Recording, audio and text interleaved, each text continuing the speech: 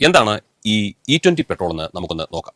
80% സാധാരണ പെട്രോളും 20% എഥനോളും ചേർന്ന ഒരു മിശ്രിതമാണ് E20 പെട്രോൾ. പറയുകയാണെങ്കിൽ നമ്മൾ കഴിക്കുന്ന പഞ്ചസാര ഉൽപ്പാദിപ്പിക്കുന്ന കരിമ്പുണ്ടല്ലോ, ആ കരിമ്പ്, ചോളം, കേടായ ധാന്യങ്ങൾ എന്നിവയിൽ നിന്നാണ് ഈ എഥനോൾ നിർമ്മിക്കുന്നത്. അത് പലരും സ്കൂളിലൊക്കെ പഠിച്ചിട്ടുണ്ടാവും.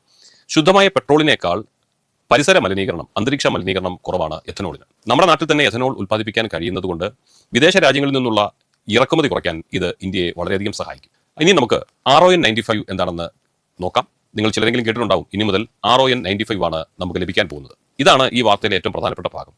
കേന്ദ്ര മന്ത്രാലയത്തിന്റെ പുതിയ അറിയിപ്പ് പ്രകാരം വിൽക്കുന്ന പെട്രോളിന് മിനിമം റിസർച്ച് ഒക്ടെയിൻ നമ്പർ 95 ഉണ്ടായിരിക്കണമെന്നാണ് പറയുന്നത്. RON 95 എന്നാൽ റിസർച്ച് ഒക്ടെയിൻ നമ്പർ 95. ഇതാണ് RON. ഇനി അതെന്താണെന്ന് പറയാം. ലളിതമായി പറയുകയാണെങ്കിൽ പെട്രോളിന്റെ ക്വാളിറ്റി അളക്കുന്ന ഒരു മാനദണ്ഡമാണിത്. ഒക്ടെയിൻ നമ്പർ കൂടുന്തോറും പെട്രോൾ നമ്മുടെ എഞ്ചിനുള്ളിൽ കൂടുതൽ സ്ഥിരതയോടെ കത്താൻ തുടങ്ങും.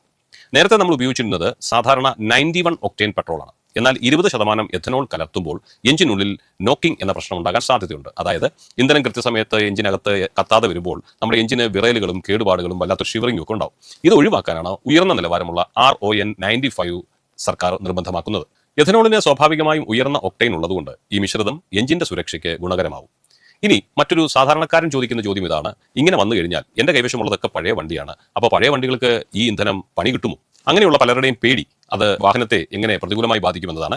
2023 ശേഷം ഇറങ്ങിയ മിക്ക വാഹനങ്ങളും E20 ഇന്ധനത്തിന് അനുയോജ്യമായാണ് ഫാക്ടറികളിൽ നിന്ന് നിർമ്മിച്ച് പുറത്തിറക്കിയിരിക്കുന്നത്. എന്നാൽ പഴയ വാഹനങ്ങളിൽ പ്രധാനമായും 2 മാറ്റങ്ങൾ ഉണ്ടാകാൻ സാധ്യതയുണ്ടെന്നാണ് അറിയുന്നത്. ഒന്ന് മൈലേജാണ്. മൈലേജ് സംബന്ധിച്ച് പറയുകയാണെങ്കിൽ എഥനോളിന് ഊർജ്ജം കുറവായതുകൊണ്ട് മൈലേജിൽ ഒരു 3% മുതൽ 7% വരെയുള്ള നേരിയ കുറവ് അനുഭവപ്പെടാൻ ഇടയാകുമെന്നാണ് പറയപ്പെടുന്നത്. ഇനി വാഹനത്തിന്റെ പാർട്സുകളെ സംബന്ധിച്ചിട്ട് ചെറിയൊരു പണി കിട്ടും എന്നാണ് തോന്നുന്നത്.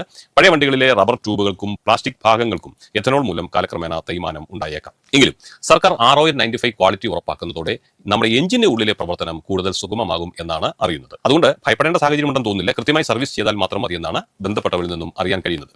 ഇനി ഈ മാറ്റം കൊണ്ട് കർഷകർക്കും രാജ്യത്തിനും എന്തെങ്കിലും നേട്ടം കിട്ടുമോ എന്ന് നോക്കാം. എന്തിനാണ് സർക്കാർ ഇത്രയും വലിയ മാറ്റം കൊണ്ടുവരുന്നത്? ഒന്ന്, നമ്മുടെ കർഷകർക്ക് കരിമ്പിനും മറ്റും വലിയൊരു മാർക്കറ്റ് ലഭിക്കുന്നുണ്ട്. 2, വിദേശ രാജ്യങ്ങൾക്ക് പെട്രോൾ ഇറക്കുമതിക്കായി നൽകുന്ന കോടിക്കണക്കിന് രൂപ ലാഭിക്കാൻ നമ്മുടെ ഇന്ത്യക്ക് കഴിയും.